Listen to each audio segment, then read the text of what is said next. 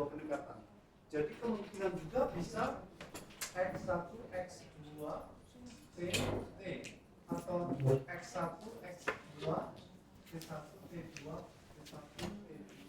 Ini kalau dua perlakuan. Bisa 3, bisa 4, bisa. Tapi saya mencoba membatasi perlakuan aja. Jadi X ini S1 bisa pakai X, boleh. S2 boleh. S3 boleh. Lalu di mana letak KKN dalam 9? Sama-sama X. Boleh. X kita bukan menguji efektivitas. S2 menguji efektivitas dari model yang dikembangkan. Sedangkan kita perlakuannya itu adalah alat untuk memperoleh data. Jadi ini dalam rangka menunjukkan data. Ini bebas nilai eksperimen ini. Ini S berapa? Ini nggak bisa dikatakan S1, S2, S3. Ini netral sekali. Kalau S2 paling cuma menguji S2 biasanya kalau uji aktivitas berarti yang bawah. Apakah betul T2 lebih tinggi dibandingkan T1? Paling itu aja. Uji aktivitas. Tapi kalau S3 nggak demikian dong. S3 itu eksperimen itu dalam rangka untuk membongkar atau mendapatkan data. Maka X kita ini sebetulnya supaya Anda punya kebaruan terhadap wawasan keilmuan harus hulunya harus teori belajar. Hulunya. Kalau yang contoh saya kan langsung di tengah-tengah motivasi bermain. Kalau untuk disertasi, hulunya teori belajar agar Anda bisa memberi kontribusi terhadap wawasan keilmuan. Wawasan keilmuan, ilmu Anda, ilmu pendidikan. Sedangkan yang saya contohkan kemarin cuma mencoba memberi kontribusi terhadap bidang motivasi. Itu penelitian mandiri aja, penelitian dosen setiap saat bisa dilakukan. Tapi untuk Anda disertasi itu adalah dalam rangka untuk membongkar memberi kontribusi terhadap wawasan keilmuan. Kalau cuma menguji aktivitas, nggak akan dibongkar, Anda nggak akan memberi kontribusi. Oh bagus, metode ini bagus untuk meningkatkan. So what? Terus apa kebaruan yang akan kamu berikan kepada teori besar? Sampai di sini bisa diikuti ya. Teori besar. Teori besarnya kan macam-macam. Teori besarnya. Oh kayaknya Anda paling dulu sampai teori belajar konstruktivisme, humanisme sama semacam itu ya. Sampai ke nativisme enggak ya? Nativisme. Empirisme enggak juga. Itu kalau ini bulu itu mata air. Bahasanya ya. Kalau kan dari teori belajar. Teori belajar itu diturunkan dari asumsi bahwa manusia bisa diajar. Ini adalah empirisme. Manusia bisa diajar, itu empirisme. Itu nanti Anda kenal dengan John Locke yang tabula rasa, bahwa manusia itu kosong bisa diisi. Kalau nativisme, oh dia sudah membawa dari sananya sudah ada sehingga proses pembelajarannya tidak bisa klasikal. Kalau model-model pesantren zaman dulu itu kayak nativisme. Oh ada yang tukang arit saja, ada yang di dapur masak, ada yang bersihin apa, tetapi lama-lama kok pada pintar sendiri-sendiri sesuai dengan kemampuan. Dia membawa sesuatu. Sedangkan teori belajar berasumsi bahwa manusia bisa diajar secara klasikal. Maka teori belajar yang muncul buat Anda kayaknya paling tinggi ya konstruktivisme. Oke lah, anggaplah saya bermain konstruktivisme. Konstruktivisme. Ya. Oke. Saya menggunakan konstruktivisme. Konstruktivisme itu aspeknya banyak. Oke. Anggaplah konstruktivisme aspeknya banyak. Saya ketik aja. Konstruktivisme kan aspeknya banyak. Oke, ada aspek anggaplah saya menggunakan ABC saja. Aspek. Ada kan setiap teori kan ada aspeknya ya. Oke. Itu kan ontologi. Misalnya saja, sebutkan salah satu aspek yang Anda suka dari konstruktivisme. Yang Anda suka.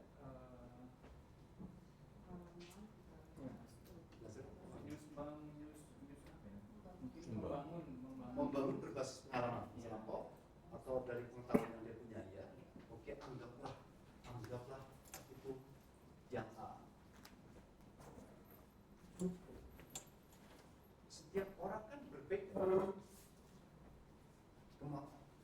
Ada orang yang belajar betul-betul merujuk kepada pengalaman masa lampau sangat sering, ada yang kadang-kadang dan seterusnya. Berarti kan setiap orang beda satu sama lain.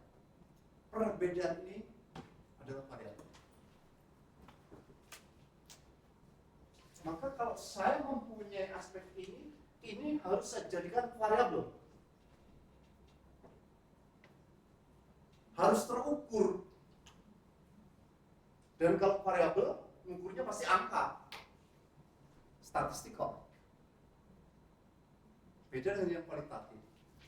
Bukan variabel, tapi pola, keteraturan. Kalau ini variabel, harus diukur. Nah sekarang variabelnya, ukurnya macam-macam. Anggaplah variabel ini, selama ini kan teorinya hanya begini.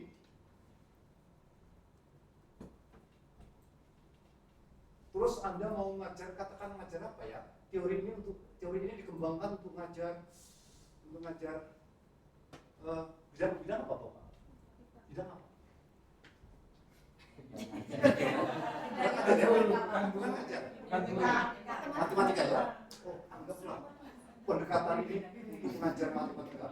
Sengaja saya buat paling jauh.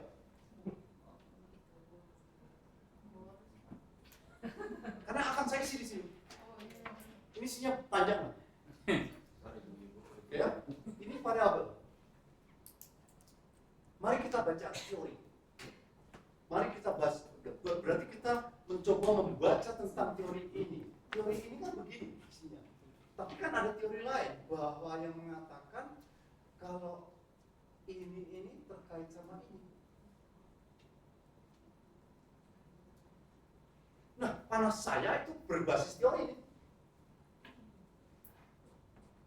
Bahwa ini begini. Bahwa ini mempengaruhi. Berarti saya akan bermain dengan korelasi dong. Kalau bermain dengan korelasi, berarti ini harus saya ukur, ini saya ukur, ini saya ukur. Semuanya harus berupa variabel.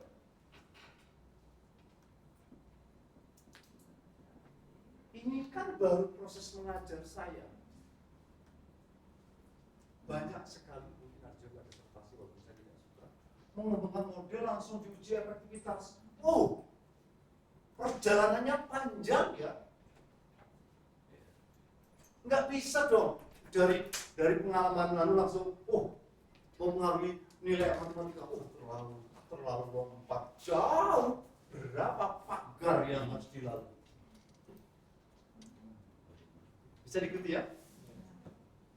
Paling oke. Ini saya berteori, berdasarkan teori bahwa ini membuat orang bermotivasi belajar.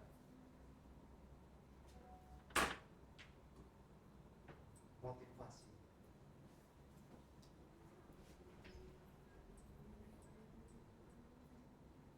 Ini mencoba mengerti ini. Sejauh mana mempengaruhinya, saya tidak tahu. Maka ini pun harus saya ukur. Karena akan saya korelasikan.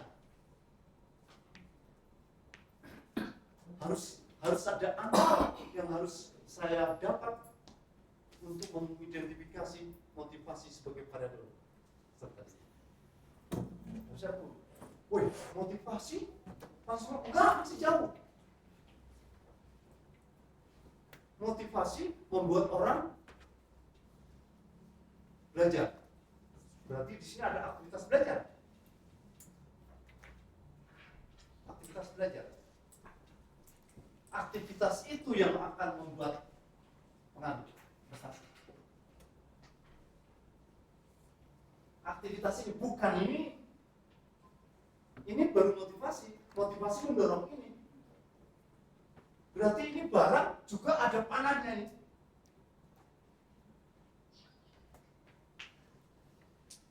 Waktu saya bicara motivasi, motivasi jenisnya banyak ya. Ada ekstrinsik, ada intrinsik. Oke, ada intrinsik, ada intrinsik.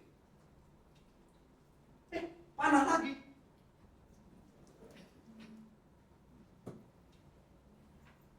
Yang ini, kalau saya kan, oke deh, anggaplah ini sudah benar. Motivasi ini akan membuat dia beraktivitas. Ini saya sederhanakan, saya supaya langsung sampai ke Udik.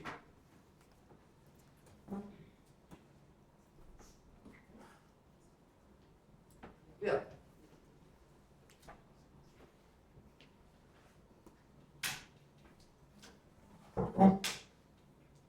Gambarnya. Berarti saya mengajar menggunakan ini dalam rangka untuk mendapatkan variabel motivasi, untuk mendapatkan aktivitas belajar atau strategi belajar ya. Strategi belajar pun tergantung. Strategi belajarnya ada macam-macam. Ini baru satu variabel. Ada katakanlah cara belajar Anda pakai cognitive strategies, pakai metacognitive strategies.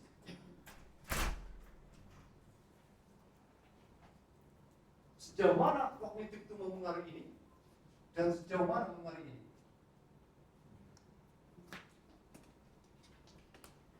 Apakah betul bahwa kognitif itu dipengaruhi oleh meta? Berarti ada garis ke sini. Walaupun Anda bereksperimen, Anda tetap mempunyai pola interaksi variabel. Berarti ini ditranskripkan ke dalam pertanyaan penelitian. Nah, ini satu pertanyaan. Pertanyaannya banyak sekali. Ya, hasil transkrip dari bagan ini itu kan, panah-panah ini. Panah ini akan satu pertanyaan. Bisa juga ini dan ini menjadi satu pertanyaan, dua panah ini. Ya, oke. Itu tinggal bagaimana kita mengkorelasikannya kan. Betul. Terkaitannya gitu. Ya, terkaitannya. Tetapi semuanya ini berbasis teori. Ya, berbasis teori. Nah ini walaupun saya ngajar X, jadilah ini loh. Apakah betul waktu saya mengajar pakai ini, ininya berkorelasi dengan ini atau ini? Betulkah kemari? Begitu. Walaupun saya pakai eksperimen, tetap ada model ini. Jadi X-nya di sebelah situ. X ini, yang ini bisa jadi X, yang ini jadi X-nya ini. Y-nya baru. Ya, ini kan X gede ya. Bahasanya kalau ini dianggap kalau ini dianggap X dan ini dianggap Y. Berarti ini kan termasuk variabel moderasi. Ini variabel moderasi, ini variabel moderasi. Ini belum saya masukkan variabel intervensi. Jenis kelamin. Nggak masuk nih. Kalau ada mengatakan, Pak, motivasi itu ternyata, berarti saya masukkan gender ini. Apakah betul gender itu mempengaruhi model ini? Lihat.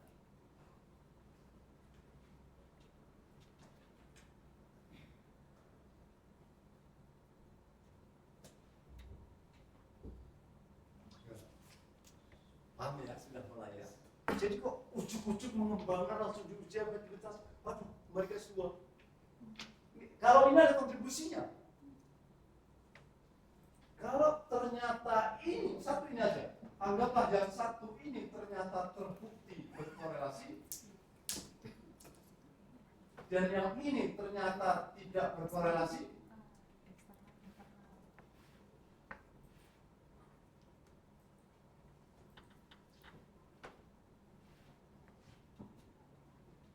ya, barang baru, belum ada yang meneliti. Selama ini cuma teori belajar konstruktivisme terdiri dari A, B, C. Nah, saya sudah bisa buktikan ternyata A itu berhubungan dengan B. tapi C tidak berhubungan dengan B. Jadi izin Prof. Jadi asumsi di teorinya semuanya itu berkorelasi. Menurut si A, saya menguji efektivitas atau korelasi teori dia dengan variabel-variabel yang saya usung. Ya, Ternyata hasilnya tidak seperti apa yang dijelaskan oleh si A. betul, silakan aja. Tapi kan saya berbasis data empiris, jangan disyaratkan. Ya artinya, iya saya tidak. Artinya ini justru pintu gerbang untuk yang Prof katakan novelty itu. Betul. Kalau terjadi perbedaan, justru saya senang. Oh, ini barang saya mau saya jual ini, mau saya lawan itu orang-orang itu. Tapi saya punya data empiris. Tapi rumah saya harus pakai teori. Ada nggak yang melindungi saya dari teori ini? Ternyata ada teori besar. Nah, saya bernaung sini. Walaupun saya beda dengan kamu, tapi teori saya benar berdasarkan teori yang saya gunakan sebagai paling besar.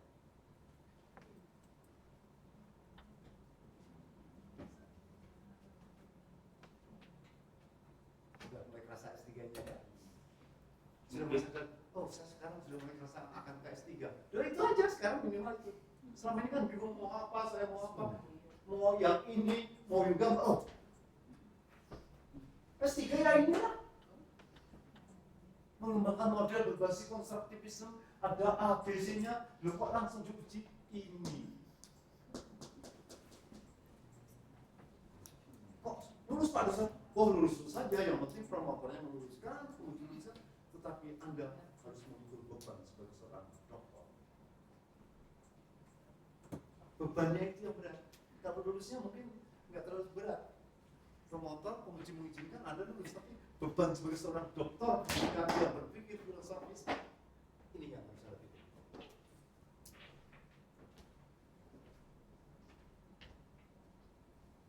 Gimana? Sudah mulai kerasa ya? Oh, itu ya. Nah kalau begini, nggak usah. Ilmunya dosen nggak ada. Saya katakan hanya berapa persen sih ilmu dosen yang bisa Anda gunakan? Lainnya Anda belajar sendiri kok.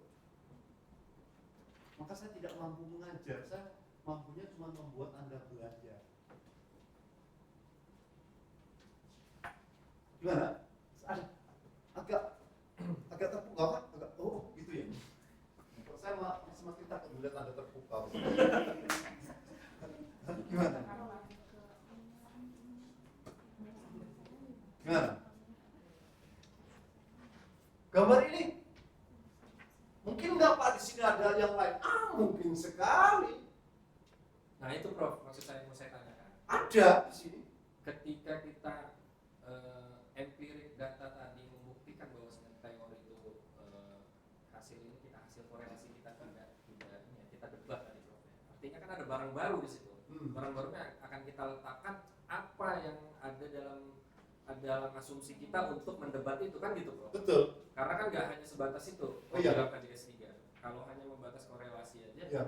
S2 menguji efektivitas S2 berarti kan kita butuh variabel-variabel lain dong yang sesungguhnya sudah kita tulis. Betul. Gitu Prof. Iya, tapi ada dasar teorinya. Selama itu ilmiah, selama itu pembenaran sah, Anda boleh ngapain? Misalnya Anda mengatakan, ini motivasi dengan tidak langsung Pak. Oke, anggaplah saya punya variabel yang lain. Saya tidak tahu. Dan variabel ini rupanya panjang. Variabel ini ada ini.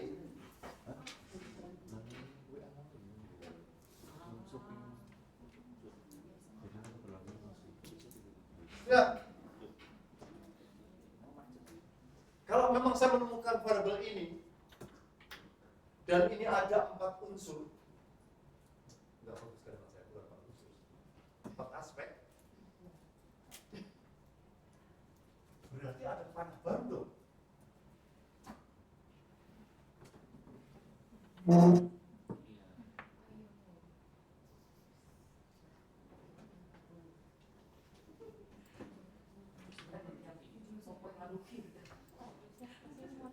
Ini yang namanya dokter filosofi, berpikir filosofis.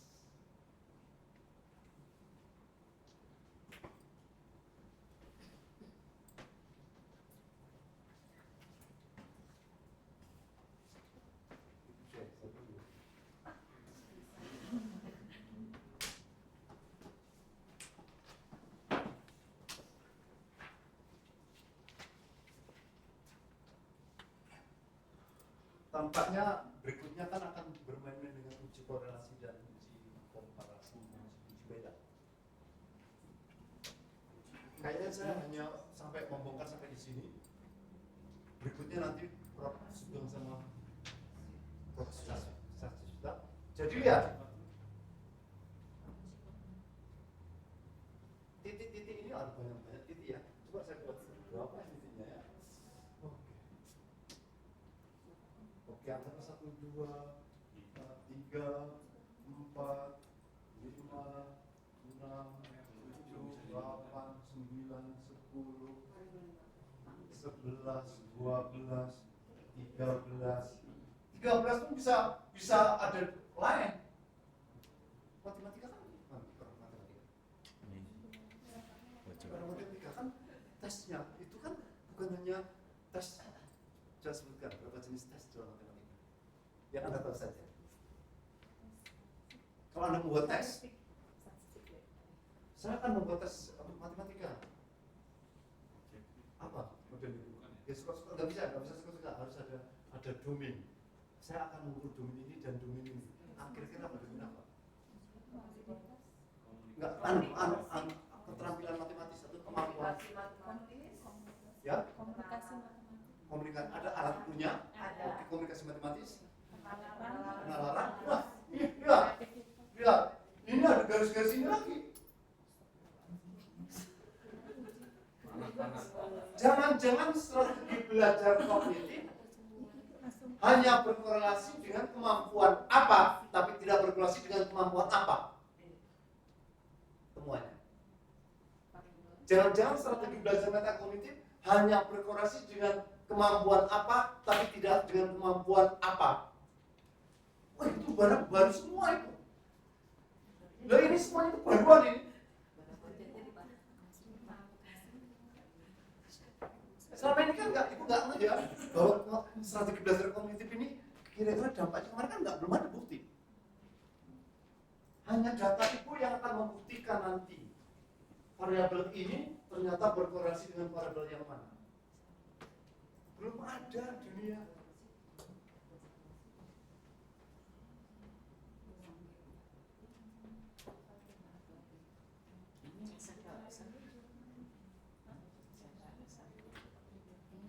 Jelas ya, sudah? Kayaknya setelah saya tidak masuk, Bapak Ibu sudah punya gambar di rumah yang cerita ini, oke ya? Izin foto Ya. dulu, Prof. Oke. Udah maksudnya udah tolong fotoin saya. Ini bercanda. Coba bayangkan kalau saya tidak punya papan tulis ini, gimana kalau saya menjelaskannya?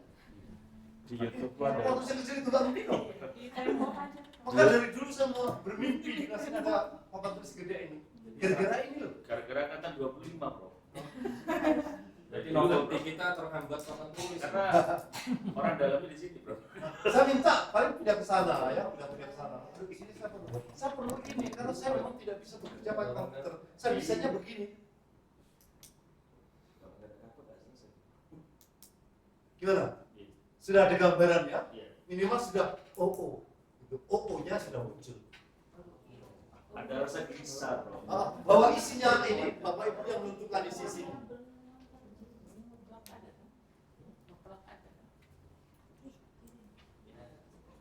Udah kok, Bro. Di ini aja YouTube gua ada. Apa itu? Ada itu. Hah? Gambarin di blog YouTube. Aduh. Mahal itu, Bro. Hah? Mahal ilmunya. Kadang-kadang saya dikirimi materi ajar saya oleh peserta didik itu papan tulis. Ini pertemuan pertama sekian, Bro. Gambarnya penuh pertemuan berikutnya gambarnya lain-lain. Suruh ngulang lagi beda lagi. Nggak, beda lagi bisa.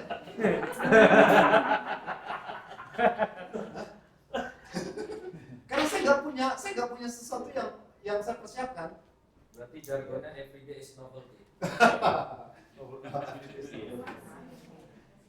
Oke, silakan. Oke, saya mencoba untuk berhenti semenjak mau tanya atau saya mau maju lagi? Boleh maju lagi? Atau belum? Berarti sebentar, Bro. Saya beda masak, Bro. Enggak apa-apa. Saya akan membahas masalah leadership paradigma kepemimpinan baru, bro. Oke. Jadi mau dikasih bayangan. Oke. Kan ada X-nya. Iya. Ganti judul berarti. Enggak, X Anda itu basisnya kan pakai teori belajar. Cuman Nggak mungkin kan, kecuali ada dokter yang lain ya, dokter manajemen. Ini dokter pendidikan, maka saya kejar teori pembelajaran. Bukan teori manajemen. Bukan teori TP. Bukan teori pembelajaran bahasa Inggris. Tapi teori pendidikan. Oke, berarti Anda harus mencarikan ABC. Betul. Ada 3 bro sudah. ABC ketemu ya? Tuh, ketemu. Ketemu ABC-nya. Ini teori belajarnya apa yang mau dipakai? Kita pakai humanisme. Humanis ya? Oke, anggaplah pakai humanis. Humanis. Kemudian aktivitas ini kira-kira kan tinggal kita mengisi ini mau diisi apa, ini mau diisi apa, ini mau begitu kira-kira ya. Oke. Patologi Nah. episnya udah ketemu juga. Nah sekarang yang ini rata-rata, yang ini merupakan Y itu variabel akhir ya, ini variabel akhir dari interaksi ini. Y-nya ini, Y-nya namanya ada apa ya? Kepemimpinan adaptif, bro. oke, Kan Y, lihat, Y untuk siapapun Anda Y-nya itu adalah masalah. bukan akhir dari sebuah atau yang diharapkan di dalam interaksi pembelajaran. Yang diharapkan sebagai contoh, yang di sini tadi adalah kemampuan matematika. Di sana mungkin keterampilan berbahasa Inggris. Kemudian yang lain juga kepuasan konsumen. Atau misalnya saja kesadaran kolektif. Yang ini macam-macam, Anda itu ujiannya macam-macam ini. Tidak selalu keterampilan kayak ngajar di kelas, enggak, kepuasan konsumen, kemudian kesadaran apa, tetapi harus diukur. Semuanya harus diukur. Karena ini berupa variabel. Nah, saya tidak tahu apakah saya harus mundur jauh ya. Menghubungkan ini kemari, sama ini kemari, beda alatnya ya. Ini pasti akan uji beda kan?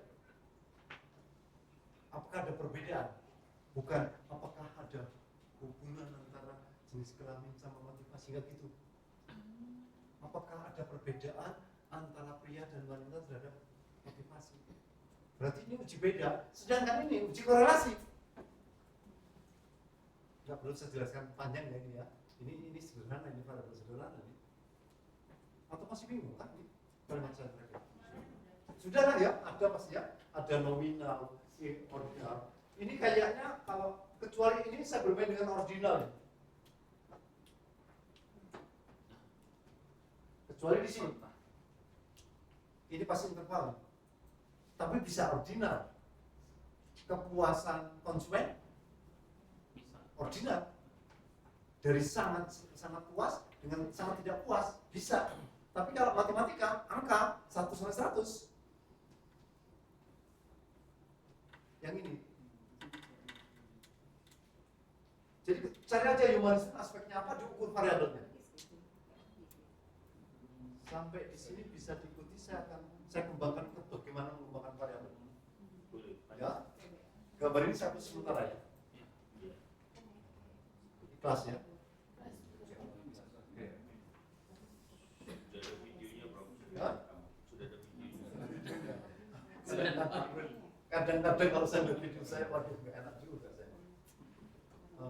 selamanya bro, mengalir. Hah? Ya mengalir anak cucu ini nanti bro. Begini, sebetulnya saya malu kalau melihat tadi video saya.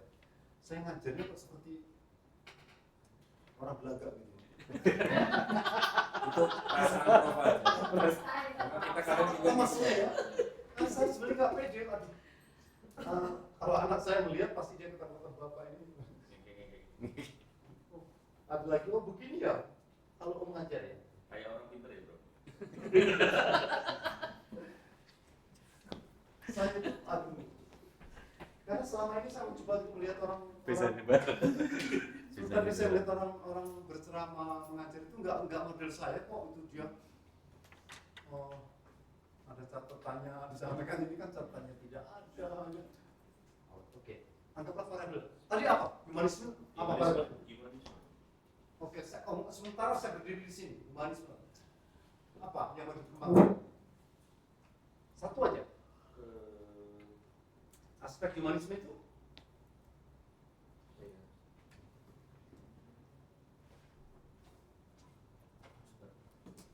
Kalau saya langsung ke arah ini, Prof. Jadi kepemimpinan pendidikan itu mempunyai tiga gaya gitu.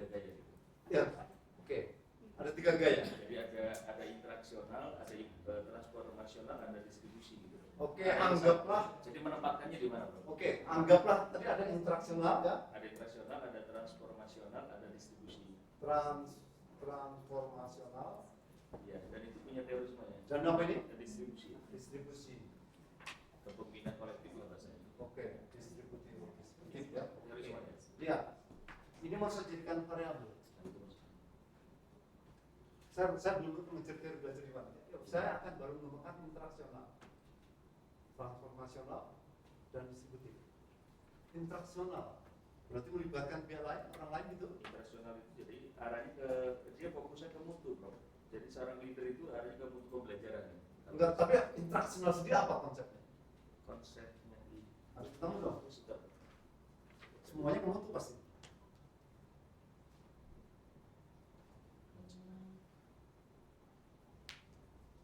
Ya.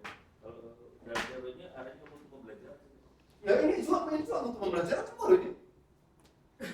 Interaksional itu sebagai penggerak utama. Jadi sebagai penggerak utama. Jadi leader, ya penggerak utama. Kepala pimpinan itu sebagai penggerak utama dalam menginteraksikan. Kali ini Kalau yang transformasional itu sebagai membangun visi ke depan dan budaya. itu sudah bukan ciri khasnya, Apa, Bro? itu misinya. Ya perubahan visi. Misinya, tapi sekarang apa karakteristik ini? Perubahan. Oke, saya mencoba mengira-ira Ya, ya. ya. Mengira-ira. Itu perubahan, Bro. Semuanya perubahan. Ya. Ini dalam rangka untuk perubahan loh ini.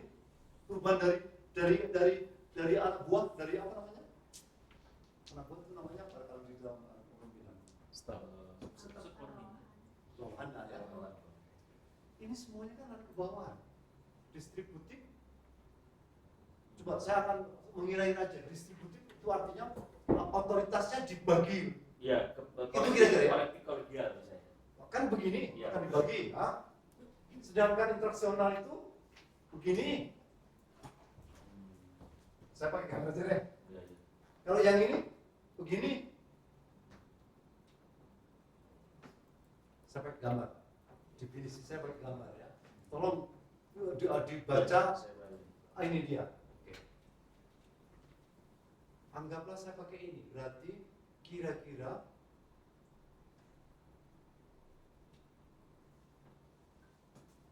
mendengarkan orang lain. Kemudian di sini dan memberi masukan. Ini kan berarti interaksional.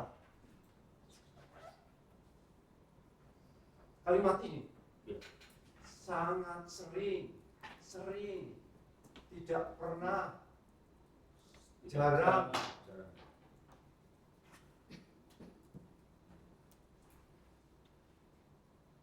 Di dalam memimpin itu saya satu mendengarkan sangat sering. Oke. Kan begini kalimatnya. Ya. Ini baru butir soal 1. Butir soal 2. Ini kan mendengarkan. Saya mengambil atau mempertimbangkan pendapat orang lain dan saya pakai di dalam ini. Itu internasional. Dan harus dikontraskan dengan ini. Yang ini saya menginginkan orang lain mengikuti pendapat saya sangat sering. Oh berarti dia orang model ini. Kalau yang model ini, saya mencoba membagi tugas saya dengan bawahan saya sangat sering. Itu menjadi butir soal yang akan mendapatkan angka sebagai variabel. Ah, Bisa diikuti? bisa Permasalahannya menghubungkan bagaimana saya mengaitkan ke humanisme? Ini kan baru pola kepemimpinan, gaya. gaya kepemimpinan, gaya kepemimpinan. Gaya kepemimpinan ini bermuaranya pada apa? Saya mencoba untuk lari ke sana kira-kira teori apa yang mau pakai? Anggaplah humanisme. Humanisme dalam kepemimpinan. Pendidikan misalnya ya. Pendidikan.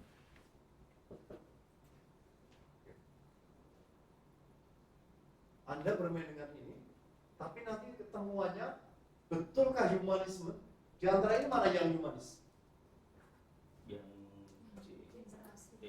yang yang A. Hah? A dan B. A dan B. Bongkar teori humanisme yang bisa punya menjadikan payung bahwa interaksi sosial itu adalah humanis, transformasi itu humanis, bahwa ini tidak humanis, atau tiga-tiganya humanis. Kalau tiga-tiganya humanis, berarti dari pendekatan humanisme turunlah tiga tipe kepemimpinan. Tapi mana yang paling membuat si peserta didik ya, bawahan itu betul-betul mempunyai apa? Mempunyai apa? Teruskan kalimat saya. Bahwa bawahan mempunyai loyalitas. Cukupkah? Integritas cukupkah? Awas ya. Kualitas bawahan. Kualitas bawahan. Etos kerja, produktivitas karyawan. Satu. Apa artinya? Indikator karyawan. Loyalitas. Oke. Integritas. Profesionalisme. Nah, saya membuat angka kan ada dasar teorinya. Dan ini pun saya ukur pakai butir-butir soal agar bisa saya korelasikan. Itu berkorelasi dengan yang mana ya?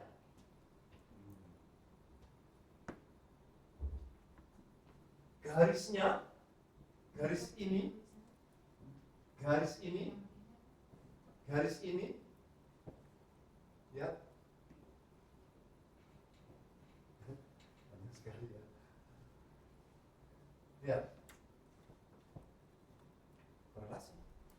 Terbukti yang korelasi adalah yang ini. Misalnya saja, berarti interaksi sosial berkorelasi dengan profesionalisme, tapi tidak berkorelasi dengan ini. Nyambung ya? Itu teori baru.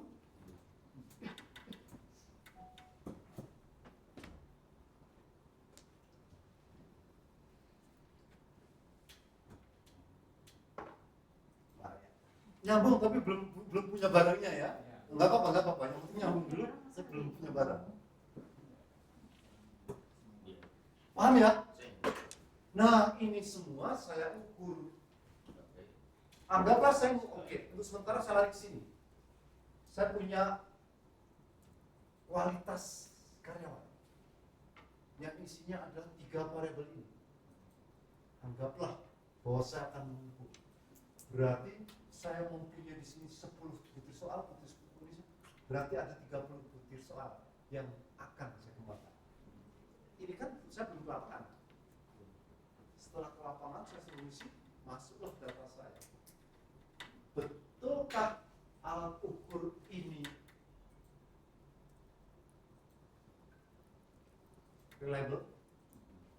Berarti harus saya uji dengan pertama analisa reliabilitas. Nanti akan ketahuan butir soal mana yang tidak reliable. Itu baru reliabilitas. Lalu validitasnya? Validitas bahwa ini itu valid untuk ini valid untuk ini valid untuk ini kan baru ini reliable untuk ini, tapi belum tentu valid. Ada angka, cara menghitungnya nanti hanya sama orang statistik lah ya, validitas. Begitu juga ini. Setelah ketemu ini barang, baru saya analisa faktor. Saya teruskan ketiga, analisa faktor. Analisa faktor, betulkah bahwa kualitas bawah itu 3 unsur ini? Jangan jadi 4 unsur. Yang tadinya 3. Yang 4 unsur ini apa aja? A, B, C, D. Nah, barang baru Anda mempunyai barang baru untuk mengukur bawahan kualitas bawah. Ini baru alat ukurnya menemukan baru. Belum saya korelasikan dengan yang model yang mana.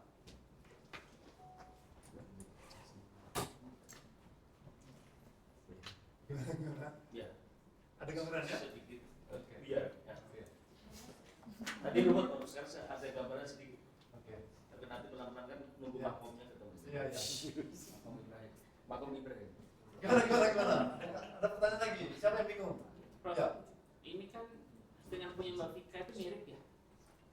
Dia berinteraksi sosial, tapi variabel yang ini bukan yang ini dia yang lain. Analisa anu. Ini tidak selalu berada di Y, bisa di X, ya. Baru alat ukurnya nanti, belum dilihat dampaknya terhadap Y, belum. Berarti di situ kan kira-kira di uji awal ini kebaruannya sudah ketemu. Kalau dugaannya seperti itu. Oke. Tapi apakah ada kemungkinan tidak ketemu? Kalau tidak ketemu, apakah uji selanjutnya? Bahasanya apapun penelitian Anda itu pasti baru. Oh gitu. Tahu ya? Gambar ini temuan Anda pasti baru. Kalau tidak korelasi ya itu baru. Karena orang mengatakan korelasi, penyaksian tidak mengatakan korelasi. Kalau saya mengatakan tadi ada 3 unsur ini yang selama ini tidak pernah dikaitkan, ternyata saya mengaitkan bahwa ini berhubungan dengan ini tapi tidak berhubungan dengan ini. Selama ini cuma teori humanisme dari A, B, C, D. Orang tidak paham bahwa A mempengaruhi apa, B mempengaruhi apa, nggak ada selama ini. Anda kan mencoba mencari korelasi. Ini sudah barang baru. Baru sekali baru hari ini. Hah? Baru sekali baru hari ini. Nggak tahu juga. Jadi nanti begini saya belum dapat apa sudah bilang begini. Ngomong apa sih lah? Apa dia ada penting yang masih saya menyebabkan kok hilang?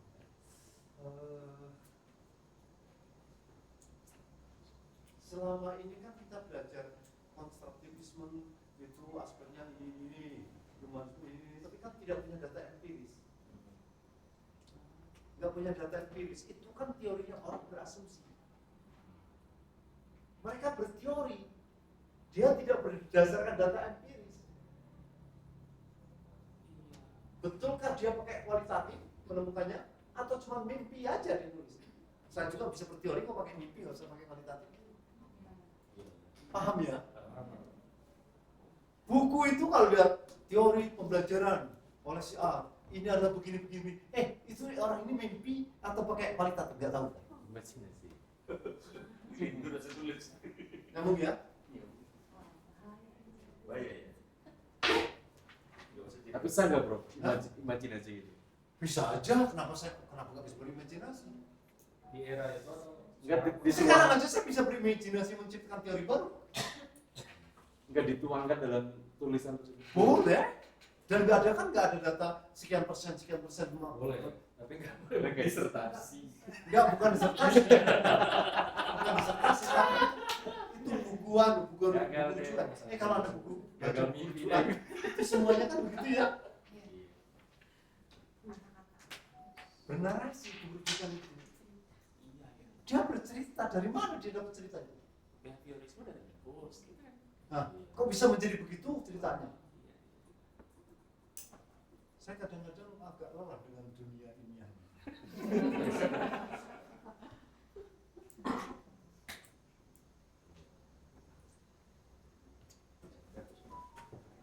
Oke, saya terangkan dulu ya.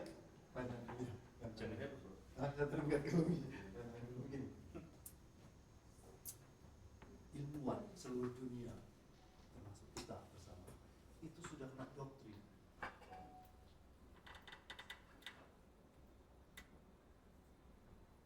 Yang mengatakan teori belajar itu adalah humanism constructive itu salah sih sebetulnya.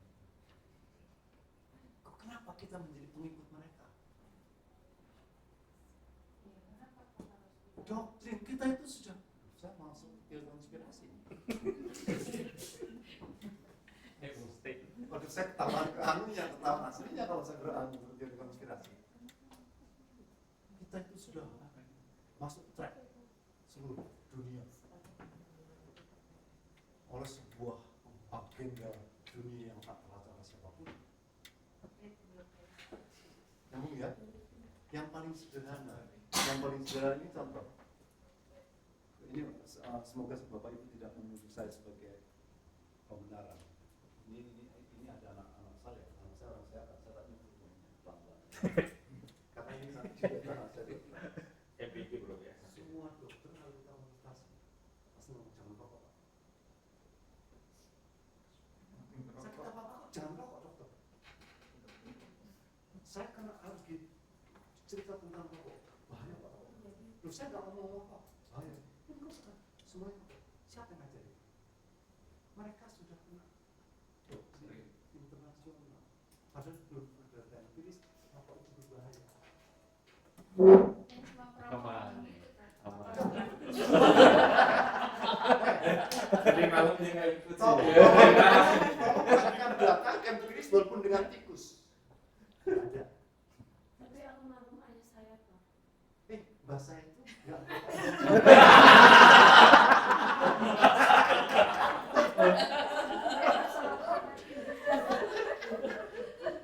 Belum ada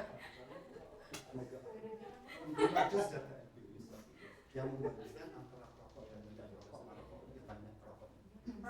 Tanaman itu kalau kena asap terus dia lagi. Semua ciptaan Tuhan sempurna untuk manusia bila dipakai secara proporsional. Oh iya. Ini ilmu saya. Itu baru. Rokoknya juga harus hati-hati. Enggak, daging berbahaya loh sekarang. Kolesterol sekarang. Berarti indeks itu nggak ditulis membunuh. Makan garam hati-hati ya, bahaya juga ya. Semuanya bahaya. Bila Anda tidak mengendalikan nafsu Anda. Paham ya? Berbahaya. Termasuk ibadah itu berbahaya Prof, kalau tidak bisa mengendalikan. Betul, karena dia akan masuk. Mabok. Ada seimbang. Anda bisa dimarah tapi saya bantu Anda dulu ya. Iya. Saya berani karena saya tahu ada yang akan membantu saya. Banyak orang beribadah itu mabuk. Mabuk agama. Mabuk beribadah, nawa itunya tidak beribadah. Iya. Mabuk, nggak sadar. Semua perilaku amal ibadah harus diambil dari nawa itu. Dilepaskan aja bicara. Kamu kita ikut Pak. Yang ini ya gitu. Ini berbahaya sekali, nyambung ya. Apa bro? Jadi maksud saya begini, hati-hati kamu beribadah kalau mabuk. Cobalah harus pakai nawa itu supaya ibadahmu punya hakikat. Maksudnya, bukan hanya tren dunia. Kalau bulan puasa, misalnya terawih sekian hari apa? Enggak, itu doktrin internasional ya. Kalau nawa itu tidak buat, apapun namanya ya tidak bagus. Saya menggunakan filsafat Islam ya. Nawa itu syariat itu bermakna kalau tidak ada hakikat. Dan hakikat masih kering kalau tidak marifat. Bro. Makrifat itu akan tampak dari perilakunya bahwa dia ramatan lil alamin. Walaupun kamu rajin ibadah, kalau kamu tidak ramatan lil alamin, kamu baru beragama, tapi belum iman. Jangan disampaikan sama tokoh agama yang mana. Kalau semuanya orang sudah ramatan lil alamin, dunia ini damai. Damai di atas bumi, seperti dalam surga. Kalau semuanya sudah membawa damai. Tapi kalau cuma ritual keagamaannya rajin, tapi tidak berkorelasi dengan perilaku. Ibadah itu kan tiang agama, tiang perilaku dalam arti ibadahmu dapat membuat kamu menjadi lebih baik, bukan hanya alimnya aja. Agak sorry, ceramah saya agak beda dengan tokoh-tokoh itu ya. Nanti saya bisa dimarah. Saya kemarin provokatif Prof. Saya takut kalau saya muncul ke ngasih kultum kepada Anda. Karena kultum saya kultum hakikat marifat, tidak saya. Tapi dunia, seluruh dunia, semuanya sedang berbicara tentang saya.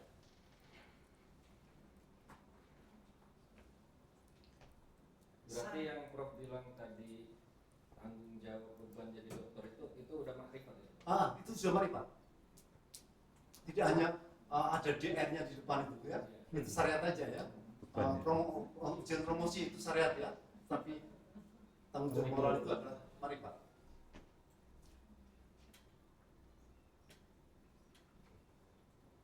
Jangan terganggu dengan kata-kata saya, lupakan dulu aja ya.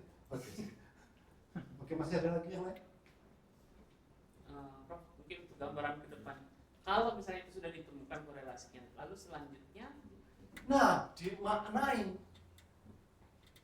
Ini nanti bukan data saya, ini data Iya. siapa ya, Pak? Ini saya hapus dulu ya, Nggak apa-apa, sudah. Saya akan melanjutkan ke berikutnya.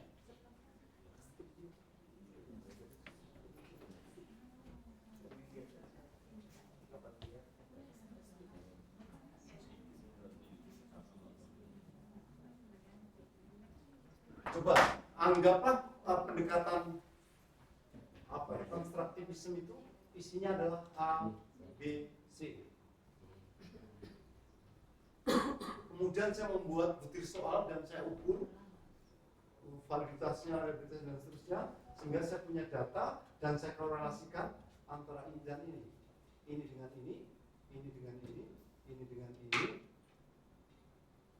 Cukup belum ya? Oke, ini begini aja lah, nggak apa-apa. Tinggal balik aja. Anggaplah saya sedang mengkorelasikan 3 unsur yang selama ini tidak ada penelitian yang mengkorelasikan ini.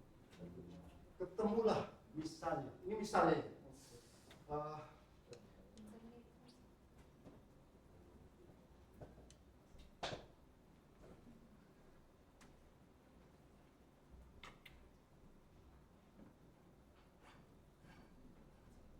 anggaplah semuanya berkorelasi ya.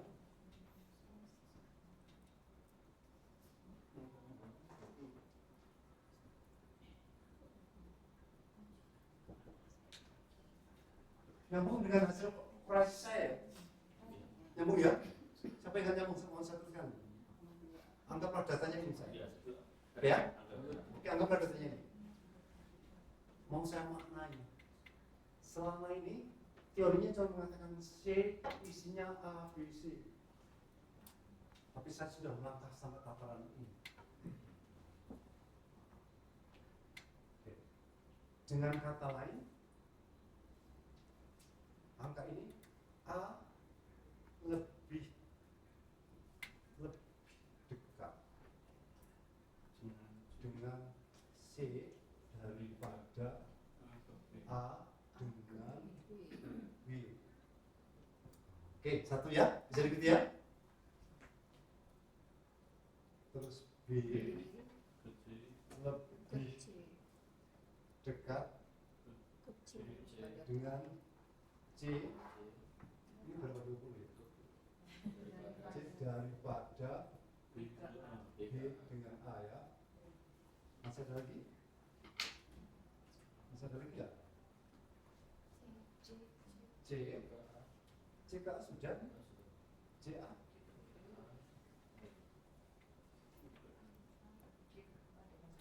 sudah? Sudah? Anggaplah ini teman saya. Ini teman saya. Ternyata interaksi antara A dan B. Selama ini kan cuma itu, interaksi A dan B itu lebih, simpulan ada, interaksi A dan B lebih dominan di dalam pembelajaran. Dalam pembelajaran siswa banyak menggunakan AB dibandingkan AC. Ya.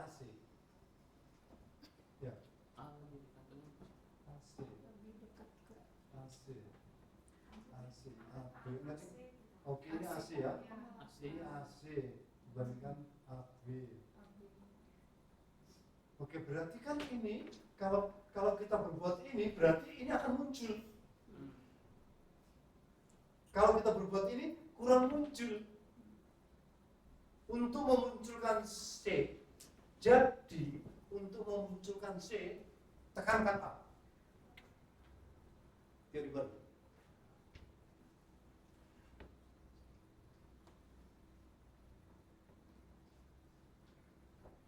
Jadi kalau Bapak mau mengajar agar kelasnya itu muncul C, pakai A.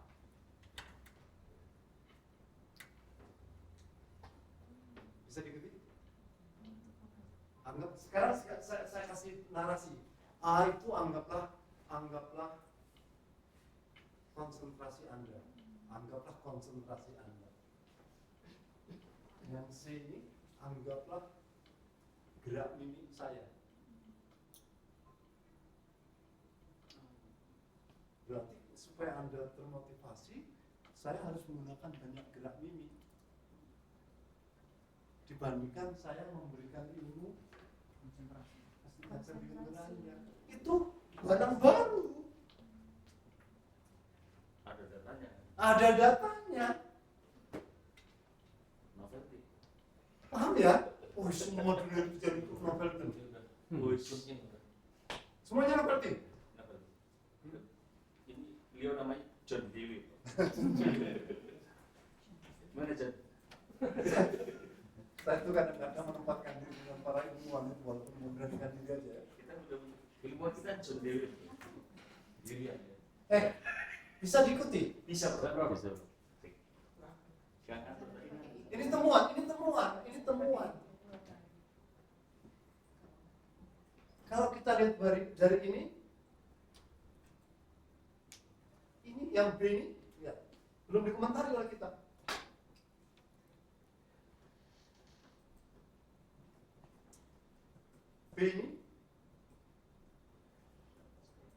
B ini hanya agak dekat dengan C. Dengan A nggak mau.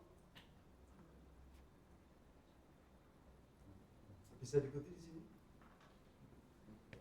Itu dari baru permainan interaksi loh ya.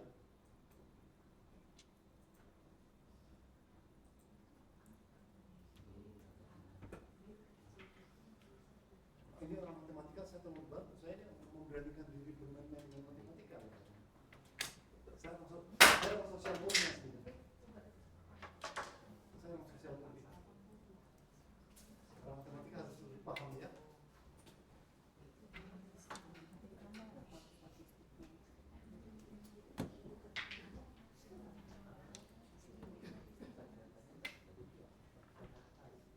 Kalau tadi ada ABC dan ini adalah X, ini adalah Y.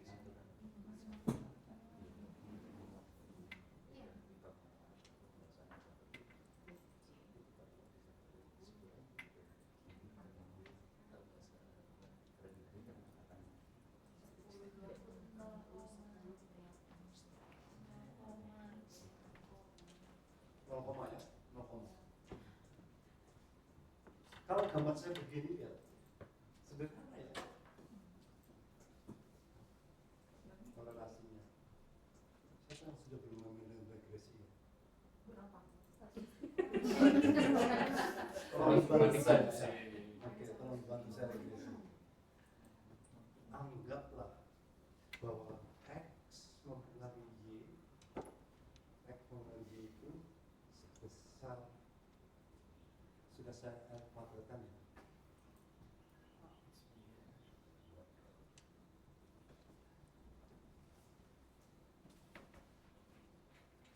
Diterima?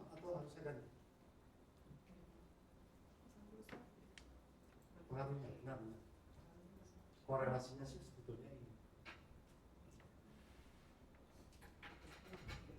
Bisa gitu ya? Oke. Ya. Tetapi ternyata A ke Y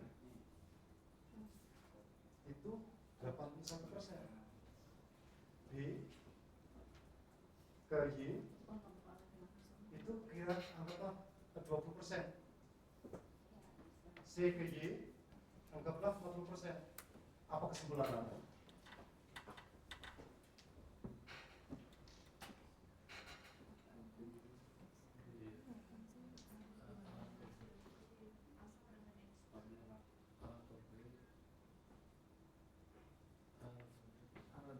A lebih mendekat ke Y daripada C. Banyak sekali kesimpulan yang menggambar. Bisa begini ya.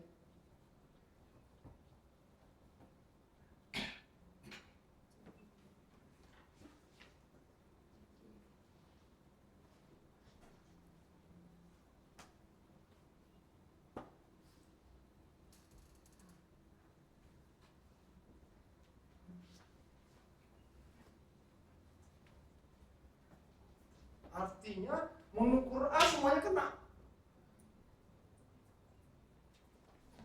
Karena B sama C masuk di dalam.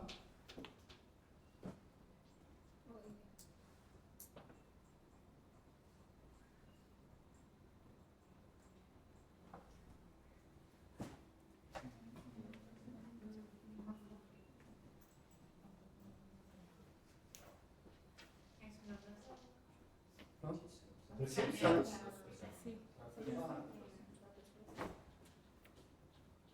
Barang baru. Novelty-nya lihat. Begitu hebatnya A. Anda ukur A, B, C katut. Terus yang 19% itu Di luar kita, di luar penelitian kita. Mungkin motivasi pengaruhnya, mungkin sikap, mungkin media yang tidak kita ukur. Yang tidak kita ukur.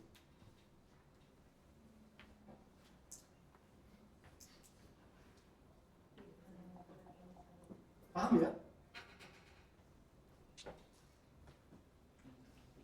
Ini maksud saya, penelitian Anda nanti semua orangnya darah-darahnya kebaruan semua loh sebetulnya. Tapi kalau cuma uji efektivitas, nggak akan ketemu kebaruan. Kalau mainkan banyak variabel berbasis teori. Jadi setir boleh asal berbasis teori. Iya, berbasis teori, data empiris Anda boleh menyimpulkan apa saja. Tetapi cara menyimpulkannya jangan saya yakin. Pakai bahasa-bahasa sopan, misalnya berdasarkan data ini dapat disimpulkan bahwa ya gitu ya, ada kalimat itu ya, sepertinya dominasi A tidak bisa diabaikan karena semua aspek ada di dalam A, misalnya kan gitu, bahasa-bahasa itu kesimpulan data empiris. Nah, sekarang mencari teori. Cari teori yang kira-kira bisa mengatakan begini.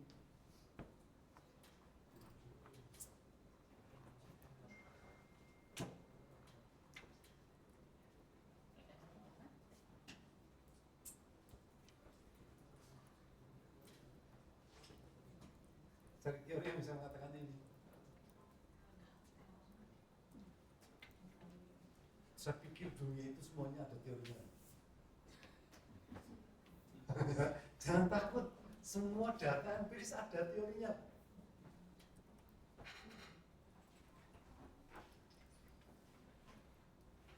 udah ada yang buat. Belum, nah Anda kan data empiris, jangan mereka cuma ngepros. Maksudnya? Berarti kebetulan mereka duluan aja dong. Karena dia duluan, dia menjadi trendsetter, Anda sebagai follower, dan Anda dibuat seragam, seluruh dunia akan berpikir sama. Makanya termasuk dengan culture kita yang berbeda boleh jadi. Maka bisa, nah cara membahasnya dalam konteks pembelajaran matematika harus ada kalimat itu. Tadi kan ngajar matematika bahwa ini dalam konteks pembelajaran bahasa Inggris ini begini. Karena pendekatan itu bebas, kemana aja mau.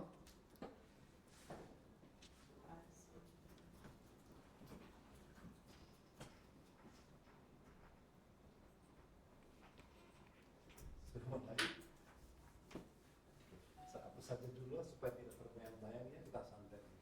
Karena habis sore Anda lemes sekali. Yang depan-depan itu kok problem. Yang beberapa Oh gitu. Berarti kalau penghapusan sejarah gitu Prof ya, Ya, harusnya di tahun yang sama era itu sejarah kita udah dihapus nih kan? Prof. Berarti jangan-jangan mbah-mbah kita ini juga sebenarnya filsuf. jadi yang jelas. Di era yang sama dengan mereka gitu Prof. Gini. Di era yang sama dengan mereka Oke, gitu. kita sudah nggak pakai logika lagi ya. Mari kita ngobrol santai. Kita itu korban. Kita itu korban sebuah bukan sistem.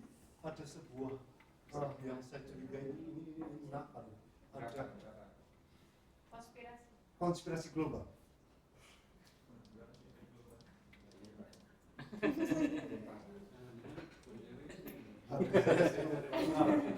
Lanjut Prof, lanjut.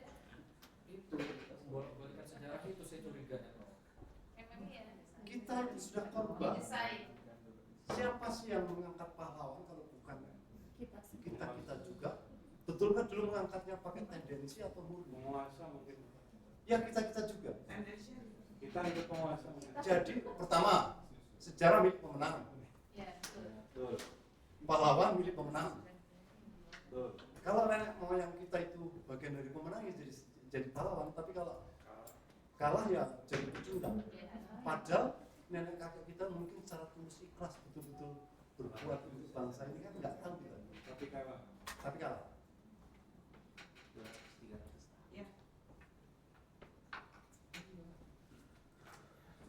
Konspirasi global.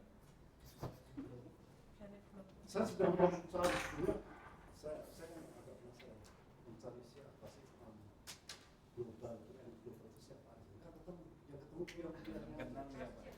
Kenal itu global. kalau anda tahu, semoga saya sebenarnya ini nggak layak saya ngomong di sini karena ini nggak ini. Fokus. Epstein itu hanya catur ya, yang bijak aja, pengertian aja.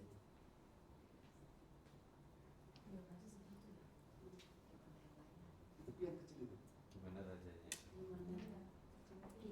nggak ketemu karena sudah berapa tahun dia. Ahli itu, ahli Pak Jokowi. masa Dia depan. harus terlalu kecil. Nggak kelihatan. Kalau kelihatan hebat. Dia ngatur. Kecil sekali. Itu sangat lokal. Iya, Sangat lokal. Ya sangat lokal. Ada lagi yang saya tidak tahu. Sebab Kalau saya, lebih tinggi itu ya Dajjal. ya boleh lah ya. Mahomet tuh udah ada kafenya. Ya, Tapi L-nya belum ada. Nah itu saya curiga awal kemunculan ya. kalau kita studi Dajjal, dan Dajjal itu tidak jauh-jauh. Kadang-kadang suami kita, istri kita. Ya percaya kamu ya.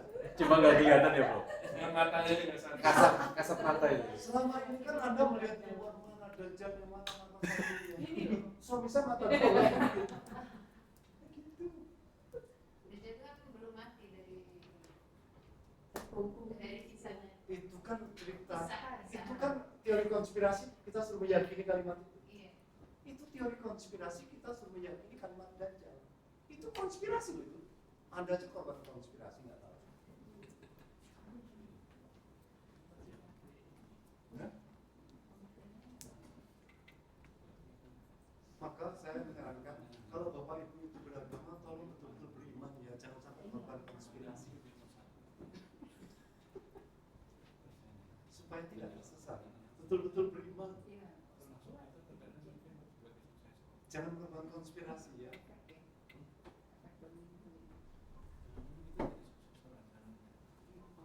Agak terganggu dengan cerita ini.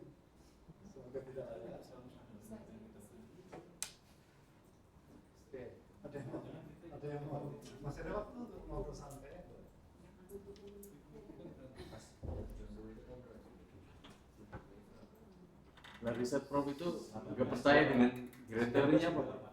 Saya Oh. kebenaran ilmiah adalah kebenaran manusia, Betul. kebenaran milik dunia. Dan kita sedang hidup di dunia, maka kita tetap merujuk kebenaran dunia. Tapi jangan dianggap ini kebenaran absolut. Kadang ini, Prof, ilmu sosial tuh susah dihafal. Menurut saya itu subjektif saya itu karena itu ilmu manusia itu tadi. Jadi menurut saya sulit dihafal. Kadang Emang nggak diubah. ya orang saya bukan orang sosial. Jadi ilmu sosial buatan manusia itu menurut saya sulit dihafal. Ibu kan mau penelitian kualitatif, so. Iya. Nanti kebenaran itu hanya sebenarnya ibu orang lain boleh menyalahkan. Karena kebenaran kualitatif itu relativitas, Iya. Tergantung sudut pandang. tergantung sudut pandangnya. Dan itu akan muncul penelitian kualitatif nanti. Kita nanya. Kayaknya lebih berat ke situ sih, Prof. Ya nggak apa-apa, nggak apa-apa, nggak apa-apa. Tapi ya ini bahwa ini kebenaran relativitas. Iya betul. Berat. Jangan dianggap salah, nggak salah. Karena yang absolut tidak bisa diungkapkan melalui bahasa manusia.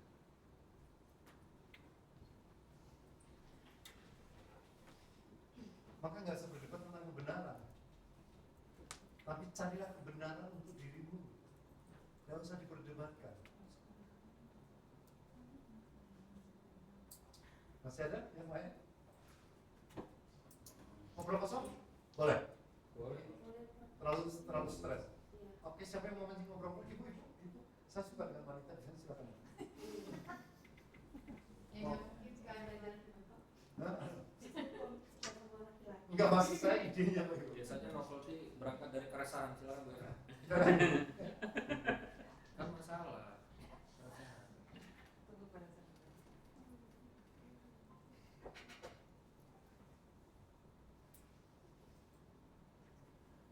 Loh, kok nggak ada yang ngomong? Enggak ada ngomong. Harus saya ngomong loh. Bapak tahu bahwa kita duduk di sini itu adalah schooling ya, tahu schooling ya? Pembelajaran ya, schooling. Schooling itu sudah merupakan teori konspirasi dunia ya, bahwa pembelajaran itu begitu. Hampir di seluruh dunia semuanya kalau pembelajaran klasikan. Padahal setiap orang beda ya kemampuannya dan alat ukurnya.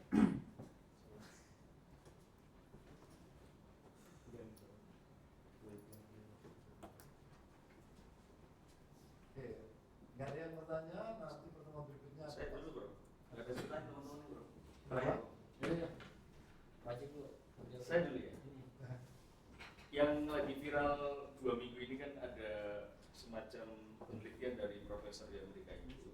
Beberapa kali saya sampaikan ke diskusi bahwa pembelajaran pendidikan Indonesia itu tertinggal 128 tahun, ukurannya Jakarta. Kenapa demikian? Karena dari awal berdiri di Indonesia ini, apalagi ada kurikulum, itu ya tadi konspirasi. Jadi siswa dan guru tidak diajarkan mengembangkan nalar. Semuanya disetting mulai dari atas, semuanya disetting. Padahal ya seperti Prof katakan tadi, manusianya beda bro. Tempatnya beda, makanannya beda, tapi kurikulumnya sama dari atas. Pendapat Prof?